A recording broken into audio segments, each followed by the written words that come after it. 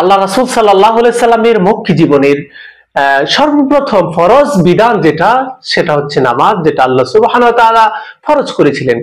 অন্য সকল বিধিবিধান আল্লাহ তাআলা ফেরেশতাদের মাধ্যমে পৃথিবীতে রাসূল সাল্লাল্লাহু আলাইহি সাল্লামের কাছে পাঠিয়েছেন বিধান দিয়ে, কিন্তু একমাত্র নামাজের বিধানই, যেটা আল্লাহ তাআলা রাসূল সাল্লাল্লাহু আলাইহি সাল্লামকে মেরাজে নিয়ে ঊর্ধ্বগমন করে আরশে আজিমে নিয়ে আল্লাহ সুবহানাহু ওয়া তাআলা নামাজটা উপহার দিয়েছিলেন।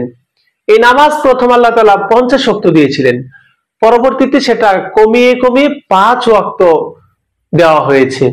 এই জন্য সহিহ বুখারীর 349 নম্বর হাদিসের মধ্যে আল্লাহ রাসূল সাল্লাল্লাহু আলাইহি ওয়াসাল্লাম বলেন, আল্লাহ তাআলা জানিয়ে দিয়েছেন হিয়া খামসুন ওয়া হিয়া খামসুন, অর্থাৎ এই 5 ওয়াক্ত নামাজটা রাকাতের দিক থেকে, ওয়াক্তের দিক থেকে যদি আমরা হিসাব করি তাহলে 5 ওয়াক্ত নামাজ, কিন্তু নেকির দিক থেকে হিসাব করলে সেটা 50 ওয়াক্ত নামাজের সমান সওয়াব, অর্থাৎ এক ওয়াক্তের জন্য 10 গুণ করে সওয়াব আল্লাহ তাআলা লিখে দেন।